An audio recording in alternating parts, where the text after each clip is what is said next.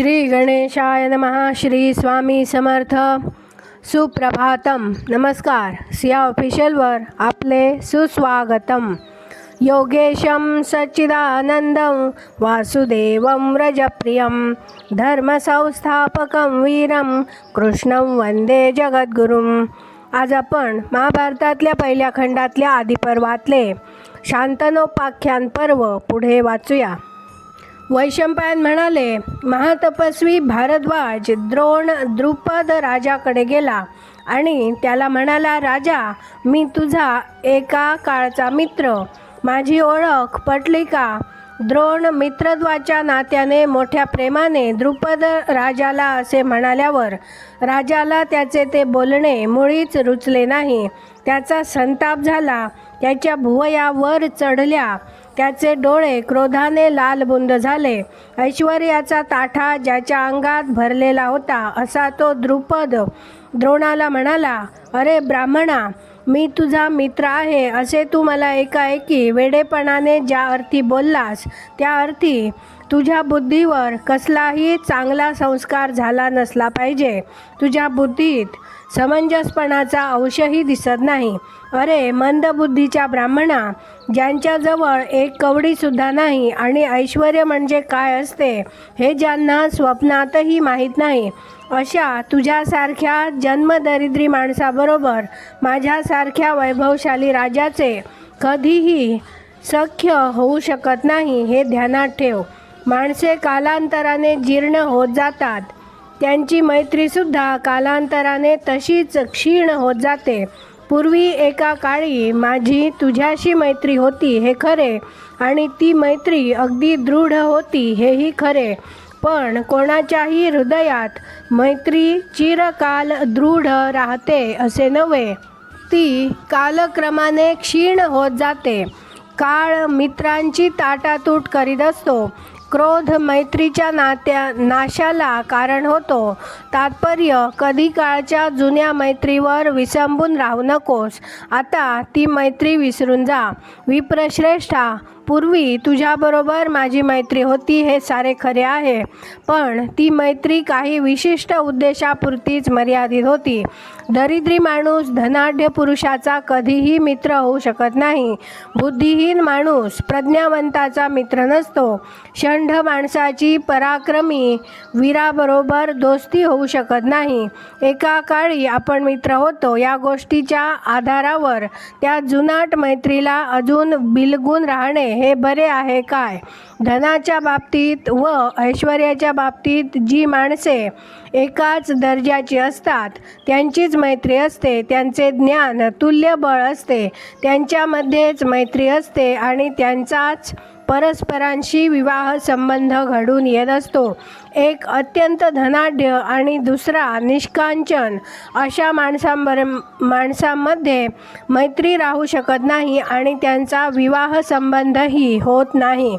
श्रोत्रिय म्हणजे वेद पारंगत पुरुषांशी वेदाध्ययन शून्य माणसाची कधीही मैत्री होत नाही. रथात बसण्याची ज्याला अक्कल नाही अशा शूद्र माणसाची महारथी वीरांशी मैत्री होत नाही. राजा होण्या इतके ज्याचे भाग्य नाही अशा माणसाची राजाशी मैत्री होऊ शकत नाही. पूर्वी एका काळी आपण मित्र होतो म्हणून ती जुनी मैत्री आता कशासाठी उकरून काढीत आहेस? वैशंपायन म्हणाले, द्रुपद राजा भरद्वाज द्रोणाला असे म्हणाल्यावर उग्र तपश्चर्या करणारा तो ब्राह्मण तत्क्षणी क्रोधाने अधिक बेभान झाला. पण आपल्या मनाशी क्षणभर त्याने विचार केला. द्रुपदाविषयी त्याच्या मनात शत्रुत्वाचीच भावना निर्माण झाली आणि मनाशी काहीतरी निर्धार करून तो कुरुवंशाच्या राजधानीकडे म्हणजे हस्तिनापुराकडे जाण्यासाठी निघाला. हस्तिनापुरात आल्यावर भरद्वाज द्रोण गौतम कृपाचार्यांच्या म्हणजे आपल्या मेव्हण्याच्या घरी गुप्तपणे राहिला. कौरवांना व पांडवांना शस्त्रविद्येचे धडे देण्याचे रोजचे काम कृपाचार्यांनी संपविल्यावर द्रोणाचार्यांचा पुत्र जो अश्वत्थामा तोही राजकुमारांना अस्त्रविद्येतील काही भाग शिकवित असे.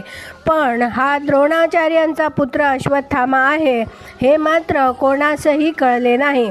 अशा प्रकारे द्रोणाचार्य तेथे काही काळ गुप्तपणे राहिले. एकदा असे झाले की राजकुमार सारे मिळून हस्तिनापूर नगराच्या बाहेर पडले आणि त्यांनी विटीदांडू खेळण्यास सुरुवात केली. मोठ्या आनंदात हसत खिदळत त्यांनी धांगडधिंगा घातला. खेळण्याच्या भरात त्यांची विटी एका विहिरीत पडली. साऱ्यांनी मिळून ती विटी बाहेर काढण्याची खूप धडपड करून पाहिली, पण विटी बाहेर काढण्याची नेमकी युक्ती त्यांना सुचली नाही. तेव्हा त्यांना ओशाळल्यासारखे झाले आणि ते एकमेकांच्या तोंडांकडे पाहू लागले. विटी परत मिळाल्यामुळे सारे राजकुमार अगदी बेचैन झाले. एवढ्यात थोड्याच अंतरावर अग्निहोत्र करीत असलेला एक काळा सावळा वयस्क केस पांढरे झालेला कृष्य व्रतस्थ ब्राह्मण त्यांच्या नजरेस पडला. तो श्रेष्ठ ब्राह्मण दिसल्याबरोबर सारा उत्साह मावळून गेल्यामुळे काय करावे हे ज्यांना सुचत नव्हते असे ते सारे राजकुमार त्याच्या जवळ गेले आणि त्याच्या भोवती घोळका करून उभे राहिले. विटी बाहेर काढण्याची धडपड करणाऱ्या त्या राजकुमारांकडे पाहून द्रोणाचार्यांनी मंद स्मित केले आणि अतिशय मृदूपणाने ते त्यांना म्हणाले, क्षत्रियांचा पराक्रम किती क्षुद्र, अस्त्रविद्येमध्ये तुम्ही मिळवलेले प्रावीण्य देखील किती निरुपयोगी आहे. एवढ्या मोठ्या भरतवंशात तुम्ही जन्मलात, पण एक क्षुद्र विटीसुद्धा तुम्हाला विहिरीतून बाहेर काढता आली नाही. माझ्या बोटातील ही अंगठी मी विहिरीत टाकतो आणि या वेताटीने म्हणजे वेताच्या काडीने तुमची विटी व माझी अंगठी दोन्हीही मी बाहेर काढतो. मला फक्त जेवायला घाला म्हणजे झाले. राजकुमारांना असे बोलून द्रोणाचार्यांनी आपल्या बोटातील अंगठी काढली आणि त्या कोरड्या विहिरीत ती टाकून दिली. तेव्हा कुंतीपुत्र युधिष्ठिर द्रोणाचार्यांना म्हणाला, हे ब्राह्मणा, कृपाचार्यांची जर तुझ्यावर कृपा झाली तर तुला दररोज भरपूर भिक्षा मिळत जाईल. यावर द्रोणाचार्य हसले आणि राजकुमारांना म्हणाले, माझ्या हातातील हे वेत मी अस्त्राने मंतरलेले आहे. या वेताटीचे सामर्थ्य पहा. असे सामर्थ्य माझ्याशिवाय दुसऱ्या कोणातही दिसावयाचे नाही. मी एक वेताटी विहिरीत टाकतो, ती विटीमध्ये रुतून बसेल. नंतर दुसरी वेताटी टाकतो, ती पहिल्या वेताटीत रुतून बसेल. आणखी एक वेताटी टाकतो, तीही तशीच रुतून बसेल.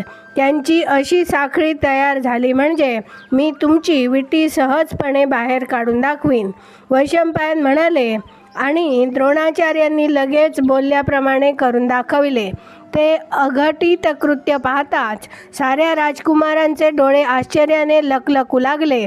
केवढे हे विलक्षण अद्भुत आश्चर्य असे मनात येऊन ते द्रोणाचार्यांना म्हणाले, ब्रह्मर्षे, आपण जी अंगठी विहिरीत टाकली तीही आत्ताच बाहेर काढा ना. आज आपण इथे थांबूया. माझ्या सिया ऑफिशियलला सबस्क्राईब केले नसेल तर कृपया आत्ताच सबस्क्राईब करा आणि दररोज महाभारत कथा ऐकण्याचा आनंद अवश्य घ्या. बाजूच्या बेलवर क्लिक करून लाईक करायला विसरू नका. शेअर करा, कमेंट करा आणि राधे राधे लिहायला विसरू नका. धन्यवाद. जय श्री कृष्ण.